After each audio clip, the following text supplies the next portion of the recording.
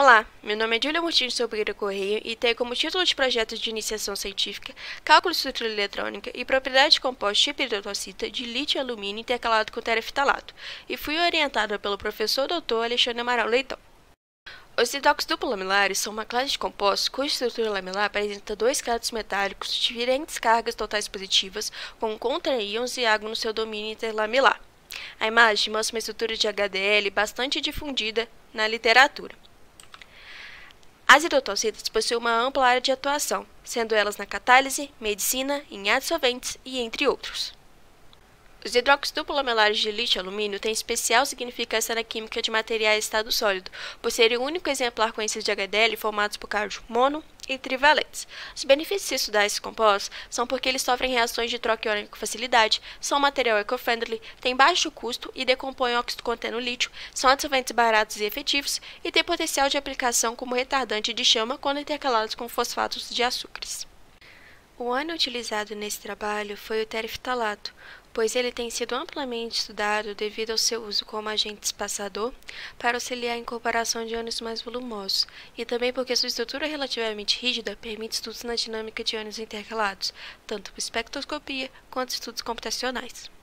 Esse trabalho pretende construir um modelo para o HDL contendo lítio e alumínio tereftalado como ânion interlamelar, avaliar a orientação do ânion desidratado em relação à lamela, avaliar o grau de hidratação, posicionamento das moléculas de água e a orientação do ânion na estrutura, realizar a caracterização estrutural dos compostos e investigar a natureza das interações do ânion tanto com as lamelas do HDL quanto com as moléculas de água.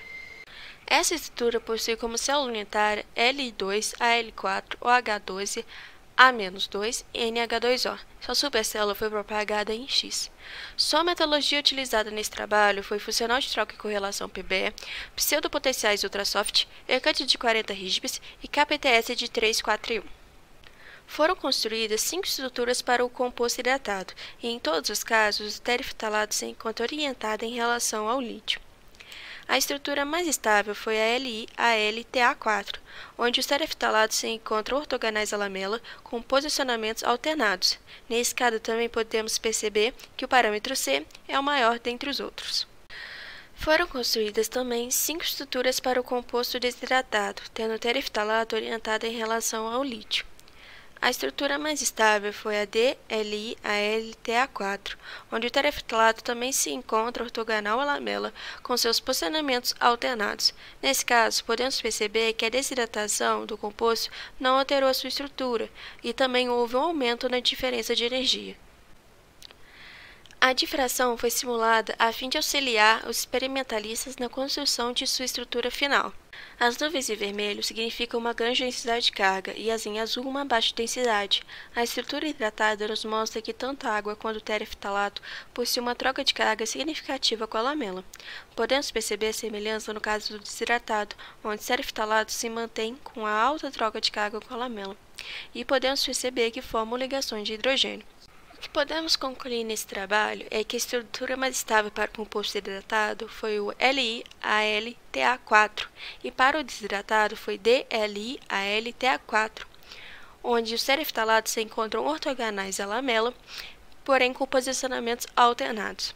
A diferença de energia entre as diferentes formas de intercalação aumentam quando as estruturas estão desidratadas. Os dados de difração estão prontos para uma comparação com o experimental. Na estrutura hidratada, tanto as águas quanto o ânion têm mais afinidade com a lamela, e o mesmo ocorre com a estrutura desidratada.